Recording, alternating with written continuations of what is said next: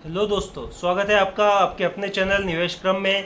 मैं पवन पाटीदार आपका बहुत बहुत स्वागत करता हूं। तो आज का वीडियो बहुत इंटरेस्टिंग होने वाला है दोस्तों। आपने जिसे थंबनेल में देखा ही है, क्या अगला पेटीएम होने वाला है एलआईसी का शेयर।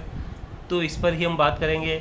इसके बारे में पूरा ब्यौरा हम देखेंगे। एलआईसी लाइफ का दूसरे कंपनीज जो इस सेक्टर में पहले से लिस्टेड है उनसे कंपैरिजन करेंगे। तो बहुत शानदार वीडियो होने वाला है। चैनल को सब्सक्राइब कर लीजिए दोस्तों अगर आप चैनल पर नए हैं, क्योंकि हम इसी प्रकार की इन्फॉर्मेशन आपके साथ शेयर करते हैं जो आपके प्रॉफिट्स में आपकी मदद करती है और मार्केट को समझने में आसान बनाती है। तो एलआईसी का अभी तक हमने कोई वीडियो नहीं बनाया है, आईपीओ आने के पहले भी, लेकिन कई वीडियोस में मैंने आपके साथ डिस्कस किया था कि एक नया पेटीएम टाइप का शेयर आने की कगार पर है, मतलब एलआईसी। क्योंकि मुझे एलआईसी पर कोई भरोसा नहीं था दोस्तों। एलआईसी पर इंश्योरेंस के मामले में मैं भरोसा कर सकता हूं कि ये प्रीमियम मेरा लौटा देगा या फिर मुझे अच्छा बेनिफिट देगा, ये मैं मान सकता हूं। लेकिन शेयर मार्केट इस तरीके से नहीं चलता है जिस तरीके से चीज़ें यहाँ पर चली है। क्योंकि पहले लगभग 3 से 4 महीने पहले बहुत हाइप बनाई गई थी एलआईसी की लिस्टिंग की, लेकिन जैसे ही रशिया यूक्रेन का मामला आया एलआईसी की लिस्टिंग आगे बढ़ा दी गई। सबसे पहले इसे 15 लाख करोड़ की एक कंपनी बताया जा रहा था और बहुत तेज़ी से बड़ा आईपीओ होने वाला है, इस टाइप की घोषणा हुई थी। तो 15 लाख करोड़ के हिसाब से ये आने वाला था। लेकिन जब मार्केट में हालात बहुत बिगड़ गए थे, जैसे अभी मार्केट में लगातार गिरावट हो रही है, 18,000 से लगभग मार्केट 16,000 के आसपास आ गया है और भी कम पर आ गया। तो ऐसे में एलआईसी को बीच में जैसे तैसे लाया गया और इसका वैल्यूएशन आप देखेंगे कि यहाँ पर 6 लाख करोड़ की वैल्यूएशन पर ही ऐसे लाया गया। तो क्योंकि सरकार और जो सरकार के जो इस विभाग में जो काम करते हैं, मेजरमेंट करते हैं, वो समझ चुके थे कि इतना रिस्पॉन्स इसे मिलेगा नहीं। जैसे तैसे ये 3 गुना यहाँ पर इसकी सेलिंग हुई जैसे तैसे, क्योंकि बहुत तेज़ी से, जैसे एजेंट्स लोगों ने बहुत इसका प्रमोशन किया, टीवी पर एड उस हिसाब से दिखाए गए। एजेंट लोगों का कहना था कि हमें ऐसी सूचना मिली है कि ये 2,000-2,500 रुपये का शेयर है जो मार्केट में 900 साढ़े 900 में उपलब्ध है। तो ऐसी चीज़ें भी सुनने में आ रही थी। तो इस टाइप से एलआईसी का शेयर यहाँ पर फाइनली आ गया 17 तारीख को, और आप उसका हश्र देख सकते हैं। यहाँ पर सीधे सीधे 10% के आसपास वैल्यू अभी तक इरोड कर चुका है, 10 से 13% के आसपास। लेकिन अगर किसी को डिस्काउंट में मिला है एलआईसी पॉलिसी होल्डर के तौर पर, तो थोड़ा कम उसका नुकसान हुआ होगा। लेकिन आगे क्या उम्मीदें हैं ये आप जानने को बेकरार हैं, क्योंकि बहुत लोग इसमें फंसे हुए हैं और ज़्यादातर लोगों को ये अलॉट हो गया है। और ऐसे ही शेयर अलॉट होते हैं इजीली आईपीओ में, जिसमें गिरावट की संभावनाएं होती है। अदरवाइज़ अच्छी अच्छी कंपनियां ऐसे ही निकल जाती है। जैसे बर्गर किंग आई थी, एक अच्छा माहौल था, कंपनी तो वो भी ठीक ठाक ही थी, लेकिन माहौल अच्छा था उस टाइम, मिसेस बेक्टर करके आई थी।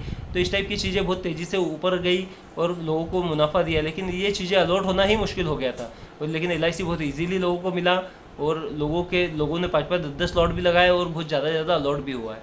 तो ऐसे में अब फंसा हुआ वो अपने आप को महसूस कर रहे हैं, जिससे लोग पेटीएम में अभी तक फंसे हुए हैं।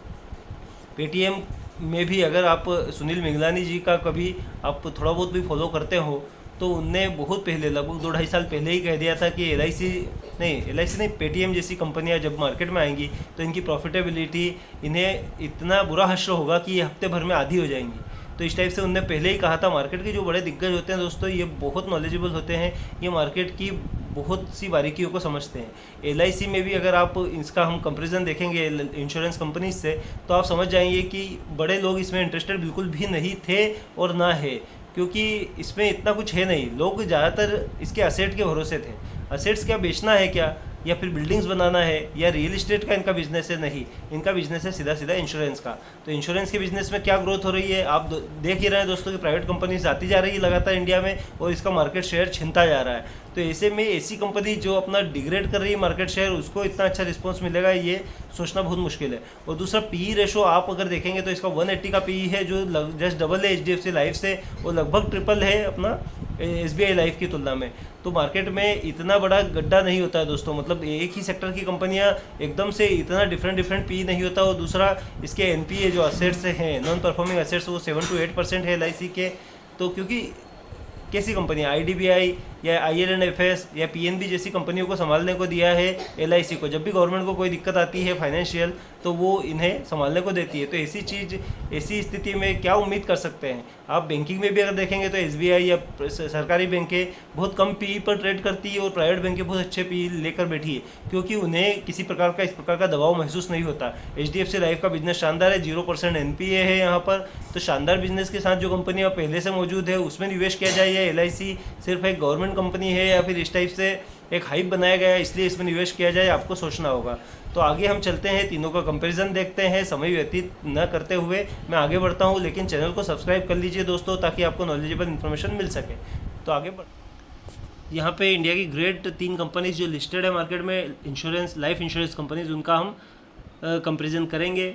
पैरामीटर यहाँ पर एक ब्लू आपको कॉलम में दिख रहे हैं, LIC इंडिया, HDFC लाइफ और SBI लाइफ का कंपैरिजन होगा। सीधा कंपैरिजन यहाँ पर करेंगे। ये Skinner.in पर जो डाटा उपलब्ध है उसके हिसाब से हम कर रहे हैं। मार्केट कैप यहाँ पर आप देख सकते हैं 5,22,000 LIC का है, HDFC लाइफ का 1,15,000 और SBI लाइफ 1,07,000 के आसपास। तो लगभग 5 गुना बड़ी कंपनी है LIC इंडिया इनके कंपैरिजन में। दूसरा है करंट प्राइस 826 पर ट्रेड कर रहा है LIC एंड HDFC लाइफ 545 और SBI लाइफ 1,071। तो LIC लाइफ जो LIC इंडिया है, LIC इंडिया 950 के रेट पर आया था मार्केट में, आज 826 है, तो अच्छा खासा नीचे डिस्काउंट पर लिस्टेड हुआ था ये। इसके बाद हम देखते हैं PE रेशो 180 के PE पर LIC अभी ट्रेड कर रही है, HDFC लाइफ 95 पर और SBI लाइफ मात्र 71 पर। तो यहाँ पर LIC कितना कॉस्टली है यहाँ पर आपको साफ साफ दिखाई दे सकता है यहाँ पर। तो इसे होल्ड करना चाहिए या नहीं, खुद आपको डिसीजन लेना है।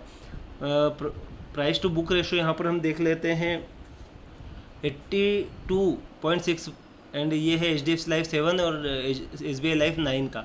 तो यहाँ पर बुक से भी कितने ऊपर ये कंपनी ट्रेड कर रही है यहाँ पर देख सकते हैं। नेट प्रॉफिट हम बात करते हैं, नेट प्रॉफिट में 2446, 2688, 2713 और 2901, लगभग 8 से 10% की ईयरली ग्रोथ यहाँ पर LIC दिखा रही है। इसके बाद हम देखते हैं HDFC लाइफ, लगभग सेम बना हुआ है प्रॉफिट्स के तौर पर अगर देखा जाए। इसके बाद यहाँ पर SBI लाइफ आप देखिए तेज़ी से प्रॉफिट यहाँ पर 10 से 12% के रेट से बढ़ रहे हैं। रिज़र्व हम देखते हैं, रिज़र्व 550, 579, 640 और एकदम से बढ़कर 6,261। मतलब बुक्स में कुछ न कुछ प्रोविजंस वगैरह में कुछ चीज़ें आगे पीछे की गई है LIC के द्वारा, तभी रिज़र्व में इतनी तेज़ी से बढ़ोतरी हुई है, या तो मार्केट में लिस्टेड होने के पूर्व कुछ न कुछ फेरबदल यहाँ पर किया गया है। यहाँ पर आप देख सकते हैं कंपनी यहाँ पर 13,370 करोड़ का रिज़र्व है HDFC के पास और 10,622 का रिज़र्व है SBI लाइफ के पास। शेयर होल्डिंग पैटर्न हम देख सकते हैं। मेरा ये मानना है कि FII DII सबसे ज़्यादा इंटेलिजेंट इन्वेस्टर होते हैं, तो उसके हिसाब से हम देखते हैं। प्रमोटर 96% है LIC में। इसके बाद पब्लिक 2%, देखिए आप प्रमोटर के जस्ट बाद पब्लिक आ गई है। इसके बाद DII 1.21 और FII 0.22, तो कितना कम है DII और FII के पास आप देख सकते हैं।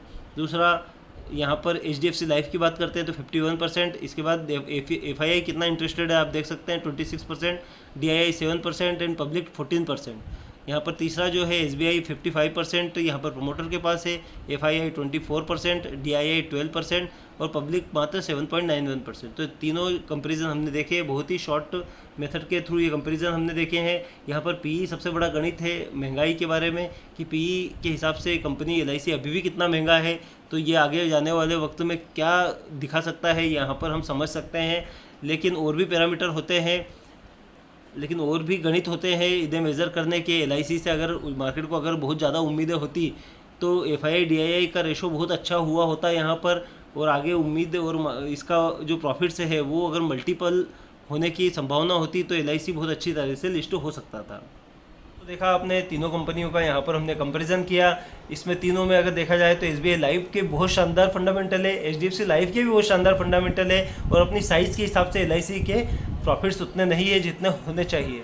इसे लगभग आधे रेट पर कंपनीज़ को लाना चाहिए था, लगभग 500 साढ़े 500 के रेट पर इसे लाना चाहिए था। हमने पहले वीडियो इसलिए नहीं बनाया था दोस्तों कि बहुत सारे फिगर्स यहाँ पर मौजूद नहीं थे LIC के बारे में, और ज़्यादातर इन्फॉर्मेशन एक फॉल्टी इन्फॉर्मेशन थी या फिर एक हाइप बनाने वाली इन्फॉर्मेशन मार्केट में मौजूद थी। इसलिए हमने ज़्यादातर चीज़ें उस टाइम इग्नोर की, और हमने आपसे पहले ही कहा था कि हम 10-15 दिनों के बाद ही किसी IPO को डिस्कस करते हैं। जैसे टार्सन प्रोडक्ट हमने बाद में बाइंग करने के लिए आपके साथ डिस्कस भी किया था क्योंकि शानदार कंपनी थी। तो इस टाइप की चीज़ें होती है, कुछ दिनों बाद भी देख सकते हैं। IPO एक तरह का ये होता है कि गेम होता है कि आपने गेम्बल किया, अब इसे डबल होने की कैसे उम्मीद की जाए, जो चीज़ डिस्काउंट पे आई है।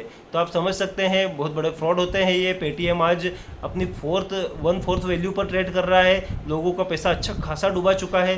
तो ऐसा पेटीएम की तरह LIC का हश्र होगा, मैं ये नहीं कहता, लेकिन LIC का बहुत अधिक मुनाफे की उम्मीद यहाँ पर की नहीं जा सकती। मेरा मानना ये है, अगर मैंने ये IPO लिया होता और मुझे लिस्टेड हुआ होता, मतलब लिस्टेड में मुझे मिला होता, तो मैं इसे आधा पोर्शन तो अभी सेल करके निकल जाता और थोड़ी बहुत अगर और गिरावट होती तो और सेल कर देता, क्योंकि इसमें ज़्यादा उम्मीदें मुझे नहीं है।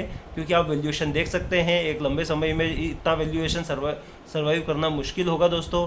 गवर्नमेंट कोई अगर इसमें कोई सपोर्ट करती है तो अलग मैटर है, अदरवाइज़ इसकी वैल्यू इरोड होना श्योर है। तो इसमें ज़्यादातर रुकने का फ़ायदा नहीं है। इसके बजाय मैं इसे आधा पोर्शन बेचकर SBI लाइफ लेके रख लेता, ताकि कुछ सालों में तो मुझे कुछ अच्छा प्रॉफिट मिल सके। ये पेटीएम जितना ख़राब शेयर है ये मैं नहीं कह रहा हूँ, क्योंकि पेटीएम तो एक घाटे का ही सौदा है, हर साल लॉस बुक कर रहा है, तो उससे कंपेरिजन हम डायरेक्ट इसका नहीं कर सकते हैं। लेकिन दोस्तों, अगली बार जब भी कोई IPO आए या फिर इस प्रकार की कोई भी हाइप मार्केट में बनती है तो उससे थोड़ा संभल कर रहिए। ये मार्केट ऐसा ही है, इसमें अफवाहें भी सोच समझ कर उड़ाई जाती है, तो ये चीज़ें ऐसी चलती है। और मिलते हैं दोस्तों अगले वीडियो में। अगर वीडियो आपको पसंद आया है तो लाइक कीजिएगा और हमें प्रोत्साहित कीजिएगा। धन्यवाद।